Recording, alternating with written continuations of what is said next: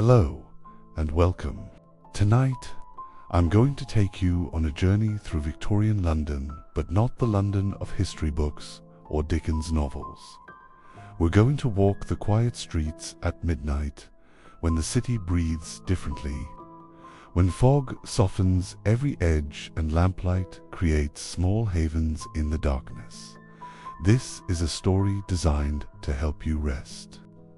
There's no danger here, no urgency, nothing to keep you alert or anxious. Just the gentle rhythm of footsteps on cobblestones, the patient work of a lamplighter, and the discovery of a place where London's quietest stories are preserved with care. So get comfortable. Let yourself settle in. You don't need to follow every word. Just let the sounds and the story wash over you. If you drift off halfway through, that's perfect. That's exactly what this is for. The city is waiting. The lamps are ready to be lit, and the night is gentle. Let's begin. There exists a London that daylight never truly reaches. A city within the city where gaslight creates islands of amber in oceans of darkness. Where fog doesn't merely obscure it, softens. It gentles every edge. It muffles every harsh sound. Where the city breathes differently, lower, deeper, more honest than in daylight hours. The year is 1888. Midnight has passed, but dawn remains hours away. This is the time when London belongs to those who appreciate her quieter nature. The night workers who maintain the city's rhythm, the contemplative souls who find peace in darkness, the keepers of gentle routines that mark the hours.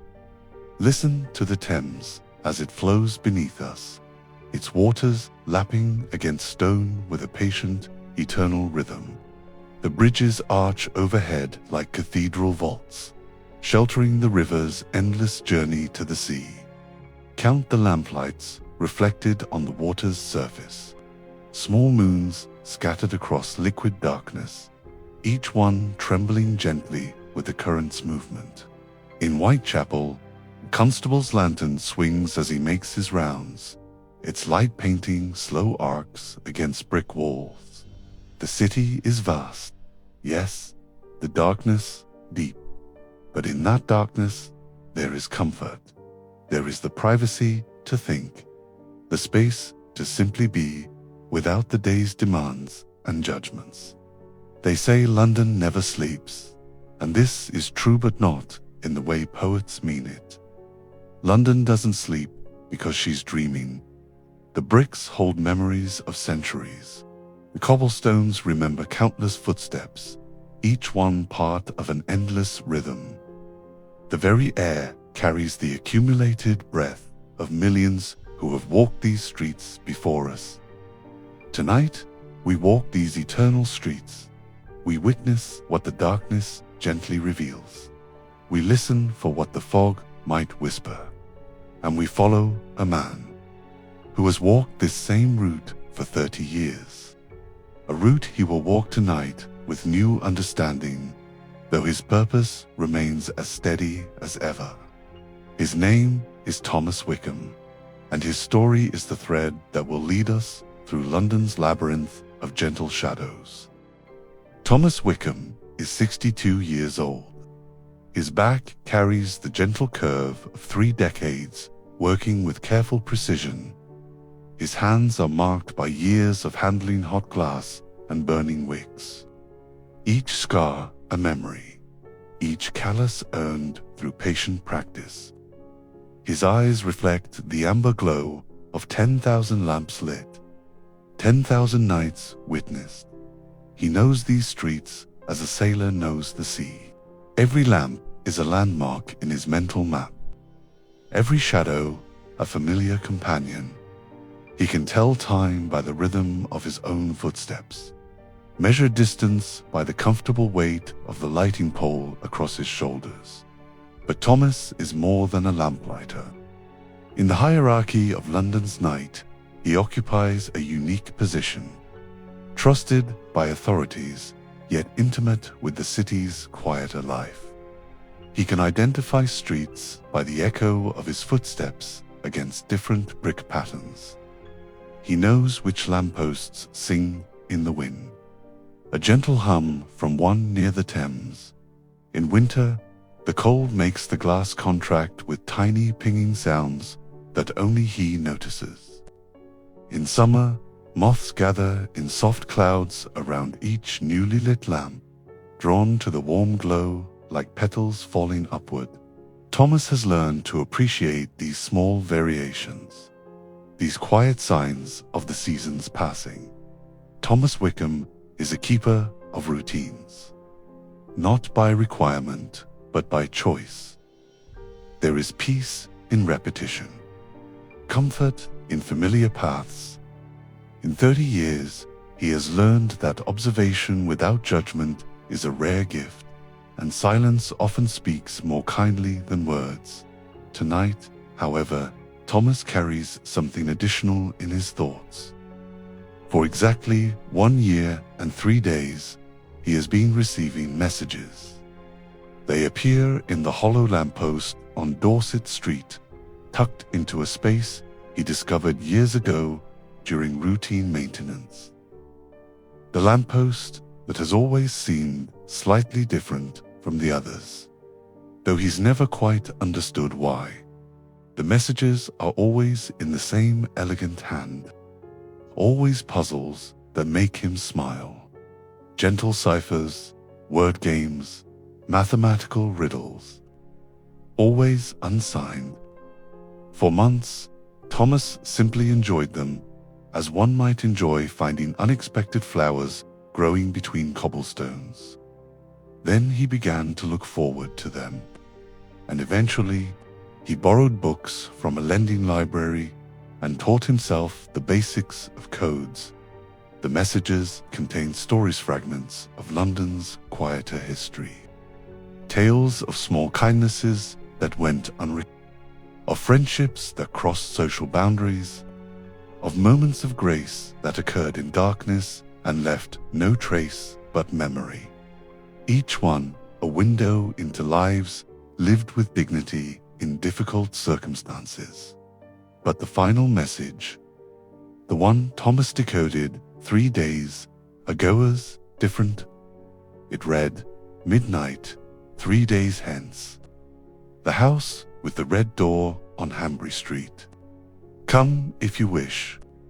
Bring nothing but your curiosity and your memory.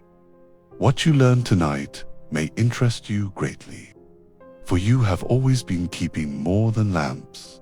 Keeper of light, you have been keeping watch, and watching is the first step toward remembering." Thomas doesn't know who sends the messages. He doesn't know what awaits behind the red door, but tonight, in 2 hours, by his reckoning, he will walk toward that door, because for 30 years he has been walking the same route, seeing the same streets transform through seasons and years, keeping the same patient watch. And something in him has been quietly anticipating this invitation, though he never knew to expect it. There is no fear in him, only gentle curiosity and the quiet satisfaction of a puzzle nearing its solution. While Thomas continues his route, elsewhere in the darkness, others are also stirring with gentle purpose. Not the restless stirring of insomnia, but the purposeful movements of those who have their own appointments with London's quieter hours. In Harley Street. Dr. Marcus Blackwood, a physician who left conventional practice years ago to work with those who cannot afford traditional medicine, extinguishes the lamp in his upper window. He gathers his notebooks, years of careful observations about health, healing, and the remarkable resilience of the human body when given proper care and understanding. Tonight, he has been invited to share these observations. The invitation arrived 3 weeks ago, giving him ample time to arrange his affairs. Your knowledge of unconventional healing, it read, deserves a wider audience. Come to the Red Door. Others will be there who appreciate what you have learned. In Clockenwell, Ezekiel Thorne's clock shop ticks toward midnight with 347 different voices. Each timepiece measures moments in its own unique rhythms, some crisp and authoritative, others soft and almost apologetic. The symphony of mechanisms is Thorne's constant companion, and he finds deep peace in its complexity. Tonight, the old watchmaker locks his shop with care and picks up a leather satchel.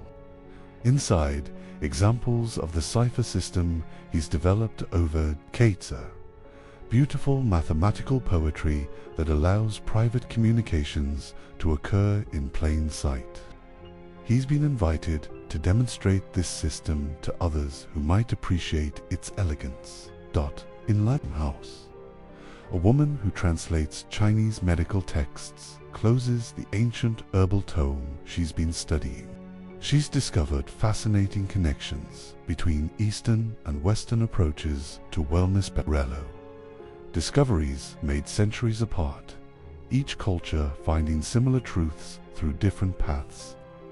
Her invitation promised, your work bridging distant knowledge deserves recognition. Others wish to learn from what you've discovered in the underground passages beneath the city.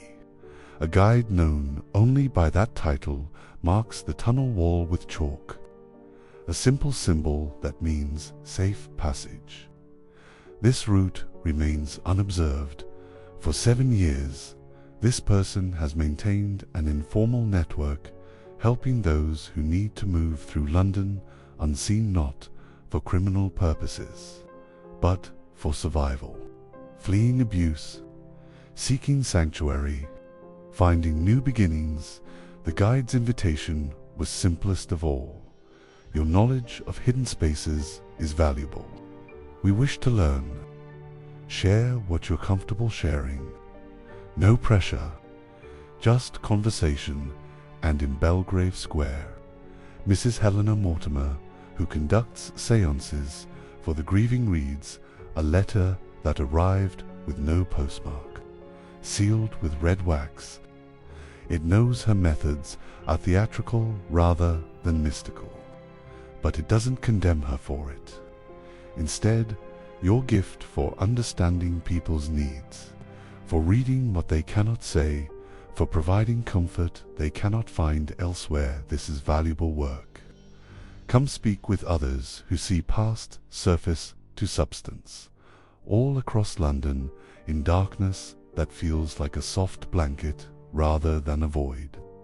These keepers of specialized knowledge receive their invitations. They don't know each other yet. They don't know their paths will converge. But they all know the address of the Red Door. And they all know that midnight has arrived, bringing with it not fate, but possibility.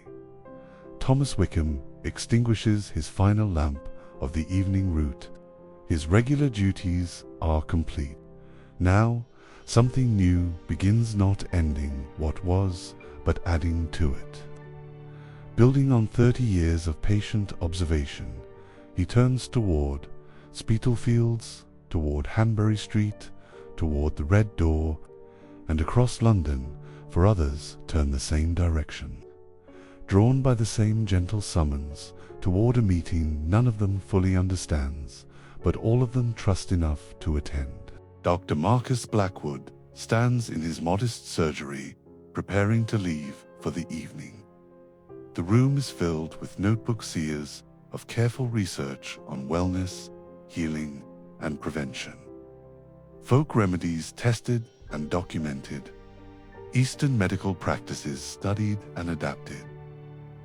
The observations of working-class nurses whose knowledge he's learned to deeply respect. His final patient of the evening is a girl of 14 who comes weekly for breathing treatments. She has a persistent cough, but with proper care, clean air when possible. Herbal preparations, good nutrition when her family can manage, ITSRCs improving steadily. Blackwood gives her a bottle of medicine he's prepared, notes her progress in his ledger, and reminds her to return next week.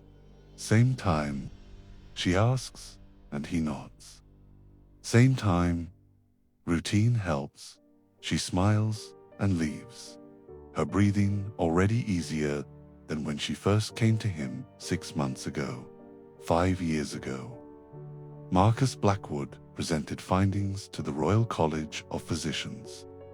He'd discovered that many illnesses could be prevented or alleviated through simple means: clean air, proper nutrition, certain herbal treatments, and by helping patients move away from the cold, smoke-choked air of industrial districts. The response was complicated. Medical establishment wasn't ready for approaches that emphasized prevention over treatment. They weren't comfortable with the idea that folk remedies might have genuine merit. They certainly weren't prepared to acknowledge that working-class nurses often understood healing, as well as formally trained physicians. Blackwood wasn't destroyed by their rejection. He simply realized he could do more good elsewhere in quieter ways. He left Harley Street without drama, set up a modest practice, and continued his work. His patients improved, his notebooks filled with documented successes, and he found deep satisfaction in healing that asked nothing in return but the chance to continue. Now, as Blackwood walks through evening streets towards Spitalfields, he passes the grand houses of Harley Street, where his former colleagues maintain their practices. Lights burn in their windows, late-night consultations, society visits. He bears them no ill will. They follow one path. He follows another. Both paths have value. Thomas Wickham, walking parallel streets 2 blocks away, catches a glimpse of a well-dressed man moving with calm purpose through the fog. The man walks like someone going to meet friends. No hurry, but clear destination. Thomas finds himself adjusting his own pace to match, finding comfort in the rhythm of their parallel journeys. The fog thickens slightly, and the 2 walkers lose sight of each other. But both continue toward the same destination, drawn by the same gentle invitation, each wondering what the evening might reveal. Behind them, London settles into her deeper night rhythms. A cat crosses a street, pausing to wash its paws. A night watchman calls the hour. Somewhere, a violin practices scales in an upper room. The city breathes, patient and eternal. Ezekiel Thorne moves slowly through familiar streets, his arthritis making each step deliberate. But there's no pain in his expression, only the contemplative look of someone who long ago made peace with his body's limitations. His mind remains sharp, precise as any of the mechanisms he creates. As he walks, he mentally reviews the cipher system he's carried in his head for 40 years. Mathematical poetry, elegant and beautiful in its complexity. Each clock in his shop represents part of a larger system. Which message hides in which timepiece depends on the date, the hour, and a formula involving prime numbers and astronomical positions. To create this system took a lifetime. To break it without the key would take several lifetimes.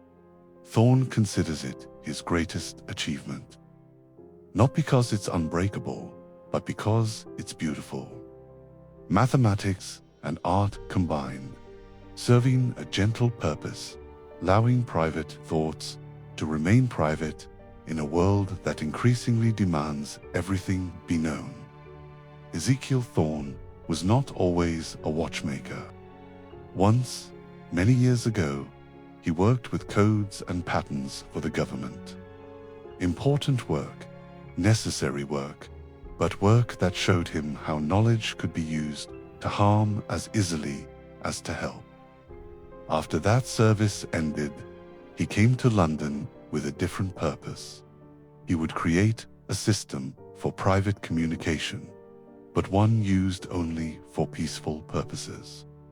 Love letters between couples whose families disapproved.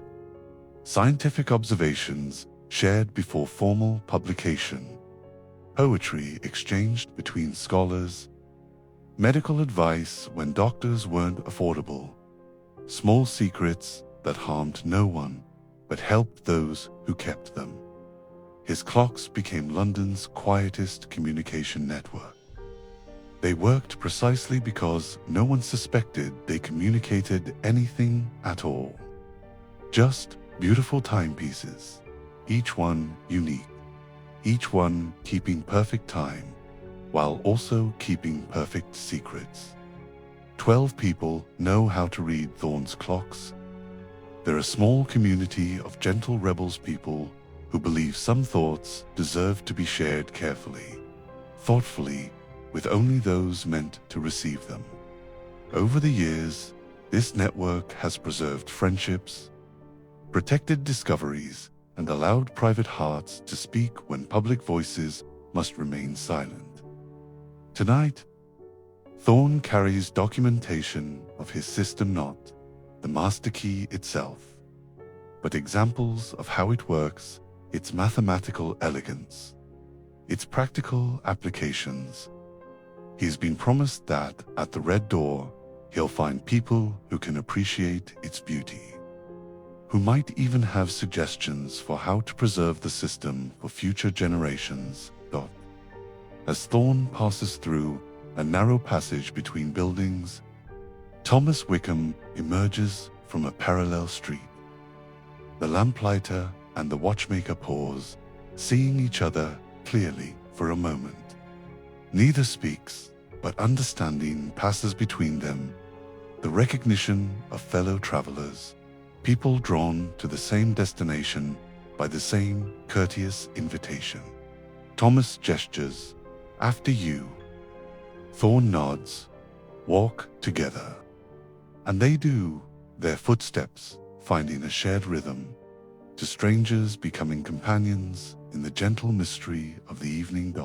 Behind them, London's clocks continue their various songs, 347 in Thorne's shop alone, thousands more throughout the city, all measuring time, all marking moments, all creating a vast, patient symphony that never ends, only changes with the hours.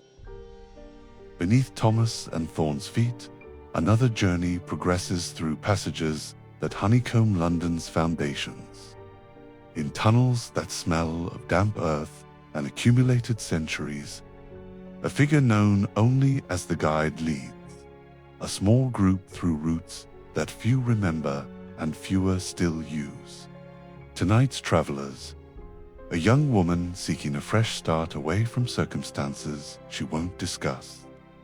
A former soldier who finds crowds overwhelming since returning from service and needs quiet ways to move through the city.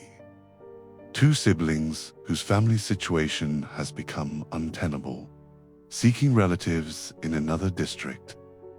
Each has their reasons for preferring routes unseen. The guide's voice is gentle in the darkness. "Careful hither, ceiling drops. Hold the rail, the floor's uneven. There's a junction ahead, we take the left passage." Instructions given calmly, without drama, the way one might direct someone through a garden path at twilight. The guide has been maintaining this informal network for 7 years. It began simply learning the passages for personal reasons, then realizing others might benefit from the knowledge. Routes were gradually mapped, safe resting points identified, a system of chalk marks developed to indicate which passages remained private, undisturbed. It's not dramatic work. No rescues from immediate danger. Just quiet assistance for people who need to move through London unseen, not because they've done wrong, but because sometimes being unseen is necessary for healing, for starting over, for finding peace. The network has grown organically, person to person, need to need, and it works beautifully. This underground constellation of help, offered freely, accepted gratefully, passed forward when possible. The invitation to the Red Door arrived 3 weeks ago, delivered by a child who left before questions could be asked. The message read, "Your knowledge of hidden spaces has helped many. Others would benefit from understanding your methods, not to use them, but to appreciate them. Come share what you're comfortable sharing." An evening of conversation, nothing more, after delivering tonight's travelers to a safe House of Widows home, where they'll rest before continuing their journeys. Tomorrow, the guide prepares to surface, to make the journey to Spitalfields and Hanbury Street. To the Red Door, there's no apprehension in this preparation, only curiosity about who else might have been invited. What other quiet workers might gather for this mysterious conversation. What might be learned, shared, preserved, as the guide emerges into the night air.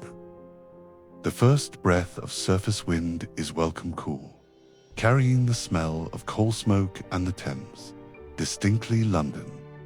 Above, Thomas Wickham and Ezekiel Thorne are passing directly overhead, their footsteps audible for just a moment before the sounds of the city absorb them. 3 separate paths, converging, 3 different ways of seeing London, about to meet and perhaps recognize something in each other.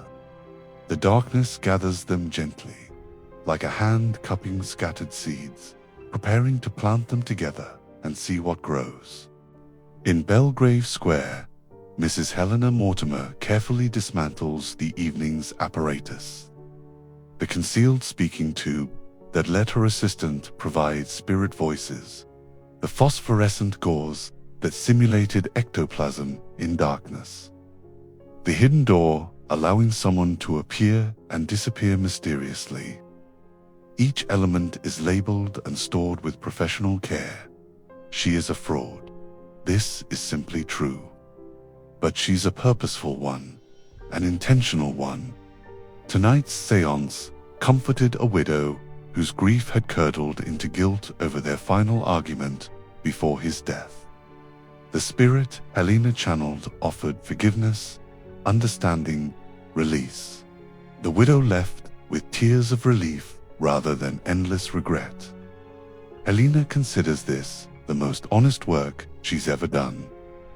Healing people through carefully constructed theatrical experiences. She provides what they need, even if the method isn't what they think it is. And she has rules. Never take money from those who can't afford it.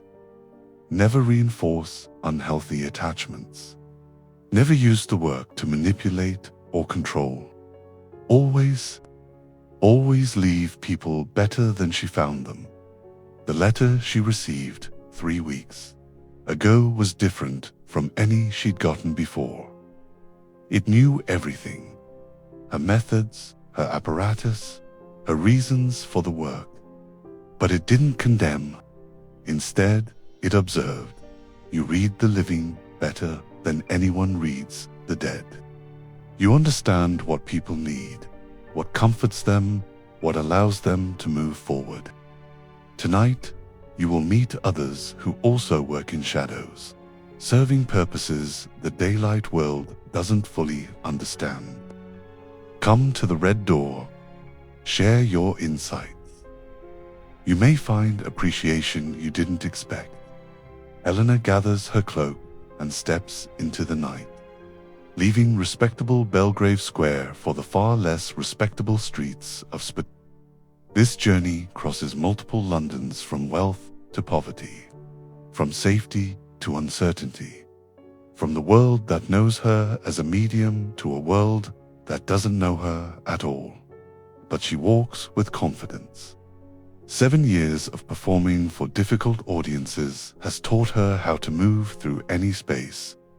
She simply plays the role of someone who belongs, and in darkness, performance and reality blur until they're indistinguishable. Somewhere ahead, for others are also walking toward Hanbury Street. 5 paths converging. 5 people who work in shadows, each in their own way. 5 invitations sent by someone who sees value in what others might dismiss or condemn. And the red door waits, patient and quiet, ready to open on whatever the evening might bring.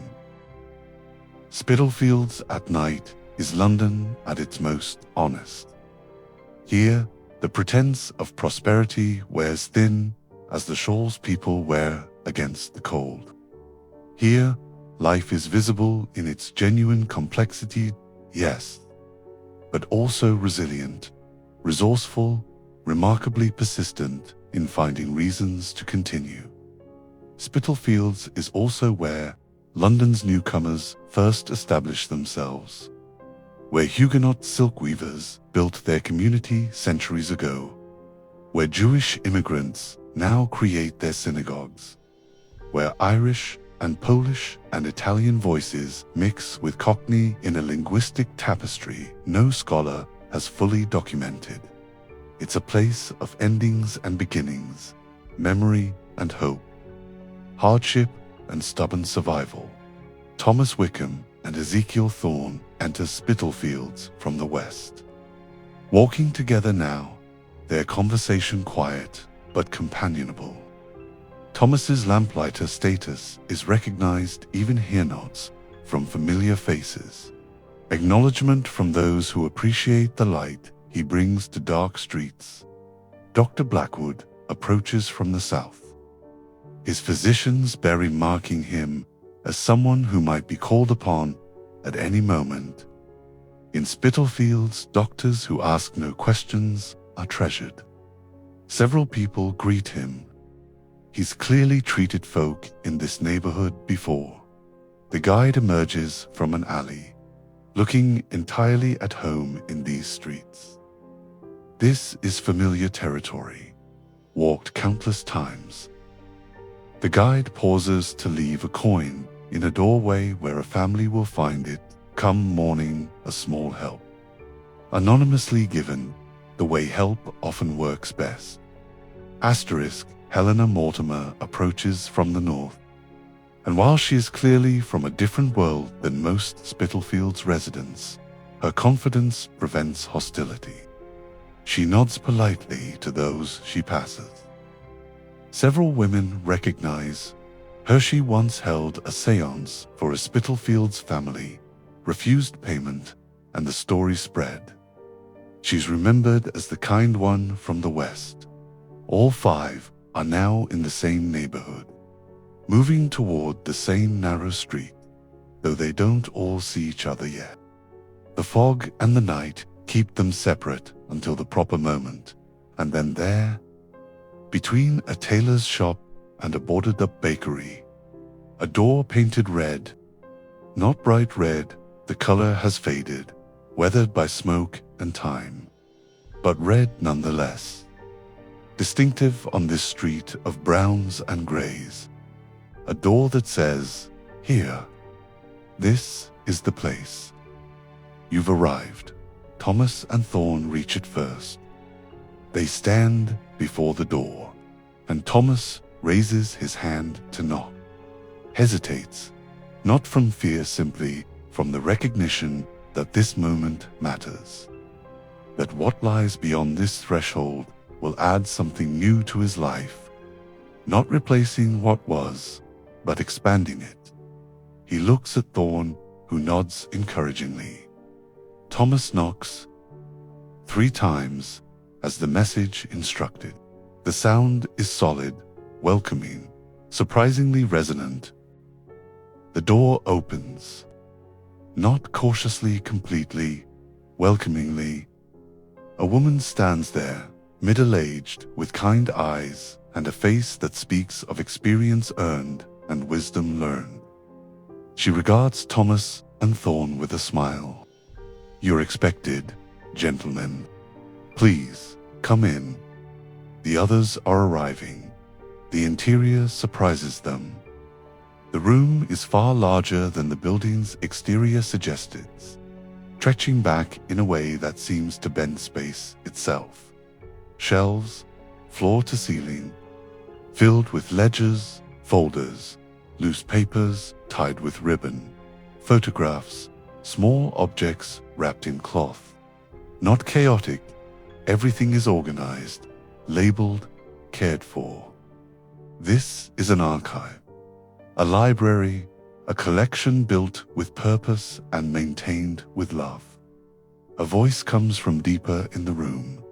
"Welcome, Mr. Wickham, Mr. Thorn. I am Jonathan Thwaite." And this, a gesture encompassing the vast collection, is London's quieter history. The parts that don't make newspapers.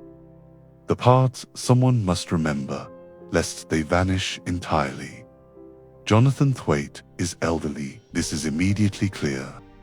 He sits in a comfortable wheeled chair, a blanket across his legs against the evening chill. His face shows his years, but his eyes reflect something ageless curiosity, warmth, and the particular satisfaction of someone who has spent a lifetime doing work they believe matters. Behind Thomas and Thorn, the door opens again. Dr. Blackwood enters, then the guide, then Helena. Each stops at the threshold, taking in the impossible archive. The woman who opened the door, Catherine, Thwaite's longtime assistant and friend, closes it behind the last. Arrival with a gentle click that suggests, "We're all here now. We can begin." "You've all come," Thwaite says, genuine pleasure in his voice. "5 of you. I invited 7, but 2 had commitments they couldn't rearrange, though they sent their regrets and hopes that we might meet another time. Still, 5 is a good number. Intimate enough for real conversation. Diverse enough to be interesting." He gestures to comfortable chairs arranged in a semicircle. "Please, sit. But first, let me explain why I asked you here and what this place represents." They sit. The chairs are well-worn but comfortable chairs that have held many conversations over many years. The lighting is warm from lamps placed throughout the archive, and Jonathan Thwaite begins to speak, telling them the story of 40 years spent collecting London's quieter truths. "For 40 years," Thwaite explains, "I have collected London's unofficial stories. Not scandals. I have no interest in exposing or embarrassing anyone, but private truths that deserve preservation. Each document here represents someone whose full story would be lost if not carefully remembered." He wheels himself between the shelves, and the others follow. Here letters between 2 school teachers, both women who shared a life together for 30 years. They can never publicly acknowledge their relationship, but their affection, their daily life, their small joys all documented here. When they're gone, someone will know they existed. They mattered here. The research notes of a scientist who discovered something important about water purification but died before publication. The Royal Society rejected his work because he was a plumber, not an academically trained scientist. But his observations were correct. Someday, someone may find this and give him the credit he deserves. Here photographs of a neighborhood that no longer exists, demolished for railway expansion. The families who lived there, their shops, their street celebrations, their ordinary, extraordinary lives. Someone should remember they were there. Dr. Blackwood pauses before a section containing medical records, not his folk healers, midwives, nurses. People whose knowledge was dismissed as superstition, but who nevertheless healed countless patients. This is, his voice catches. This is remarkable. Your work is here too, Thwaite says gently. The research you've continued, every successful treatment documented. If official medicine ever recognizes the value of your approach, this archive proves you were doing it first. And if they don't, well, at least your patients' stories are preserved. The lives you improved. That matters. Helena has found something that makes her pause a folder containing careful observations of her work. Not exposes of her methods, but documentation of the healing she facilitates. You've been watching me, she says softly. Documenting you, Thwaite corrects. There's a difference. What you do is theater, yes, but theater in service of healing. You help people move through grief. You provide closure when closure seems impossible. The method matters less than the result. And the results, he gestures to the folder, speak for themselves. The guide finds maps of the underground network, rendered in exquisite detail. Every tunnel, every safe house, every checkpoint marked. This, if this were found by authorities, it's safe here, Thwaite assures. As safe as anywhere in London. More importantly, it's documented so the knowledge doesn't die with you. Someday, someone may write London's real history, including the parts that happened in shadows and tunnels. Your network deserves to be part of that story. Ezekiel Thorne stands before a section dedicated to his cipher system. Not the master Keithwaite has that separately secured, but examples of messages, documentation of the system's elegance, records of the quiet communications it enabled. 40 years of work, he murmurs. Preserved, not to break it, Thwaite emphasizes, to honor it. Mathematics can be art, code can be poetry. What you created serves beauty as much as function. That's worth remembering. Silence settles over the archive. Not uncomfortable silence, but the quiet of people absorbing something profound. Outside, church bells begin striking. 1 in the morning. An hour has passed since they entered. An hour spent discovering that their separate works are part of something larger. A constellation of quiet dedication to preserving what matters. Catherine brings TR domestic touch that feels both surprising and perfect in this archive of London's secrets. China cups, steam rising, the ritual of sugar and milk offered. They sit together now, a circle of unlikely companions, each holding warm tea and warmer thoughts. I asked you here, Thwaite begins, not to burden you, but to share a hope. I am getting older, not at death's door, I assure you, but certainly glimpsing it from the front garden. This archive needs attention, care, someone to continue the work. But more than that, I've realized it needs multiple perspectives. He sips his tea carefully before continuing. For 40 years, I've been the sole keeper. My vision, my choices about what to preserve, and while I believe I've done good work, I also recognize its limitations. One person's judgment, however well-intentioned, is still limited. So I've invited you here because you're each natural documentarians in your own way. Thomas, you observe the city's rhythms with patient attention. Marcus, you record patterns of health and healing. Ezekiel, you preserve communications others deem too private or unimportant.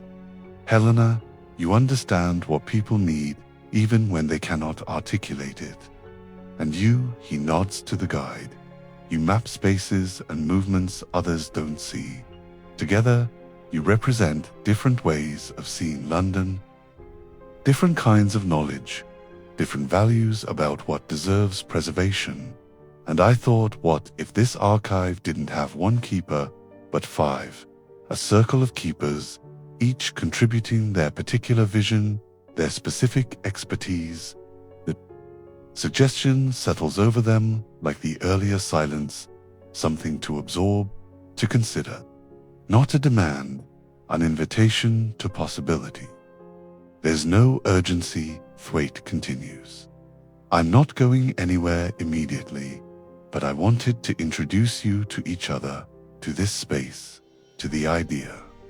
You could visit as you wish, explore the collection, add to it if something crosses your path that seems worth preserving. Catherine can teach you the organizational system. It's quite intuitive once you understand the logic.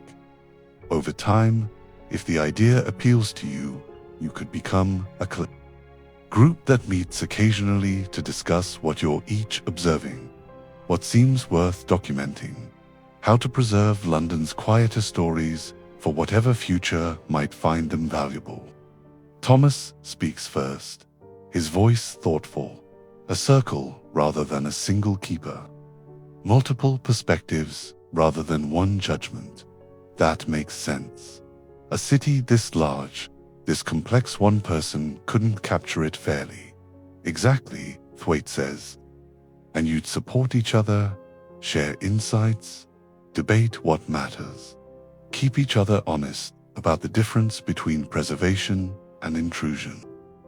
This work requires ethical judgment as much as organizational skill. Single quotes, Dr. Blackwood nods slowly. A community of observers. I like that. Science works better in community.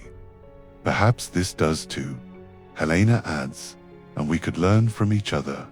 I suspect we each know London in ways the others don't. That knowledge shared. She trails off, but her expression shows interest, possibility, opening. The guide is quiet longest, then says, I've spent years working alone. Privacy seemed necessary. But perhaps isolation isn't the same as safety. Perhaps community could be protective in different ways. Ezekiel Thorne, who has been listening, with the patience of someone who measures time carefully, finally speaks, I would need to think on this. But the idea has merit. A circle of keepers, each maintaining their own work, but connected, aware of each other, available for consultation, collaboration, support. He pauses. Yes, I would like to consider this seriously. The conversation continues naturally, questions flowing easily now. Practical questions about the archive's organization, how Thwaite has made ethical decisions about what to preserve, how to handle sensitive information, how to balance transparency with privacy. Thwaite answers each question thoughtfully, sometimes turning to Catherine for her perspective. It's clear they've thought deeply about these issues over decades. Clear also that they don't claim to have perfect, uncertainly careful attempts. Refined through experience. The main principle, Thwaite explains, is to preserve in service of understanding, not exposure. To document so that lives aren't forgotten, not so that secrets can be weaponized. If I'm ever uncertain whether something should be preserved, I ask, does this honor the person's life, or does it merely satisfy curiosity? As the church bells strike 2 in the morning, signaling 2 hours have passed, the gathering naturally begins to wind down. Not abruptly, gradually. The way pleasant evenings end when everyone must return to their separate lives but wishes they didn't have to. Visit again, Thwaite invites. Individually or together. Explore at your own pace. There's no pressure to decide anything tonight. This is an invitation to consider, not a demand to commit. But know this, and his voice takes on a particular warmth. You 5 have already begun the work. Just by being who you are, by observing what you observe, by caring about what you care about.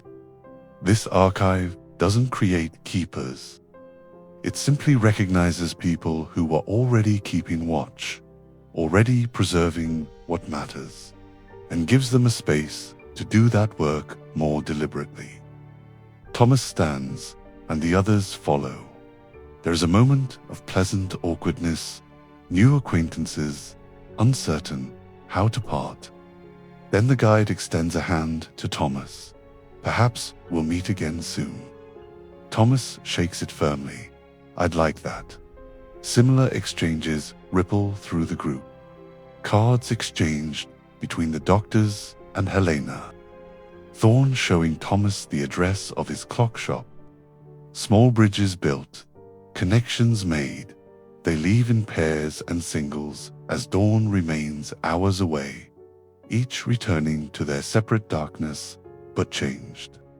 Connected now by shared knowledge, shared possibility, shared invitation to something larger than their individual work. Dr. Blackwood to his waiting patients, Helena to her theatrical apparatus and genuine healing, Thorne to his ticking chronology, the guide to underground passages, and Thomas Wickham walks his route one final time on this particular night. Tomorrow evening, he may visit the archive again. Or the evening after. There's no rush, no urgency. Just the gentle possibility of becoming more deliberately what he's perhaps always been, a keeper of observations, a preserver of the city's quieter truths. And as he lights each lamp on his route, he notices what he's always noticed but now sees differently. Each light reveals small stories, each shadow protects small privacies, and all of it, the light and the dark together, makes London what she is. And so our journey ends where it began, in comfortable darkness, in soft fog that gentles every edge, in the eternal night of Victorian London, where stories nest like birds in the eaves of grand buildings and modest homes alike. Thomas Wickham may become a keeper or one of 5 keepers, but whether he does or doesn't, his work continues. Lighting lamps, observing the city, being present to its rhythms and mysteries. Sometimes the most important changes are simply becoming more aware of what we're already doing. London sleeps. London wakes. London continues her ancient, patient rhythms. And in the spaces between day and night, in the hours that belong to neither, people do their quiet work, observing, helping, preserving, creating small islands of light in vast oceans of darkness. Some cities are built on stone, some on rivers, some on trade or conquest or accident of geography, but London is built on stories. Layer upon layer, century upon century, voice upon voice. And perhaps that's exactly as it should be. For in a world that demands everything be known immediately, there must remain places where knowledge accumulates slowly, where truths can rest until their time arrives. where the quiet work of attention and care creates its own kind of history. The lamp is lit. The watch continues. Not with drama or urgency, but with the steady patience of someone who understands that some work takes lifetimes, that some purposes are served best slowly, that some lights burn brightest when tended carefully over decades. London holds her secrets gently, not to conceal, but to preserve, not to threaten, but to protect. And those who walk her midnight streets, the lamplighters, the physicians, the makers of beautiful codes, the guides through darkness, the readers of human hearts, they are not separate from her. They are her. They are how she remembers herself, how she honors her own complexity. Rest now in London's eternal night, where fog is softness, not concealment, where darkness is rest, not threat, where every lamp creates a small haven, where every shadow holds not danger but privacy, not fear but peace. The city breathes around you. The rain continues its gentle percussion. The lamps burn steady, and tomorrow night Thomas will walk his route again, lighting lamps, observing, being present to whatever the darkness reveals. Because this is the work, this is the watch, this is the endless, patient attention that makes the city not just buildings and streets, but a living repository of countless lives, countless stories, countless small moments that together create something vast and beautiful. Sleep well, traveler. London will still be here when you wake, patient, eternal, full of stories yet to discover. But for now, rest. Let the darkness hold you gently. Let the rain sing you into dreams. Let the lamplighter's steady footsteps mark time while you drift. The watch continues, but you can rest. The city keeps you safe.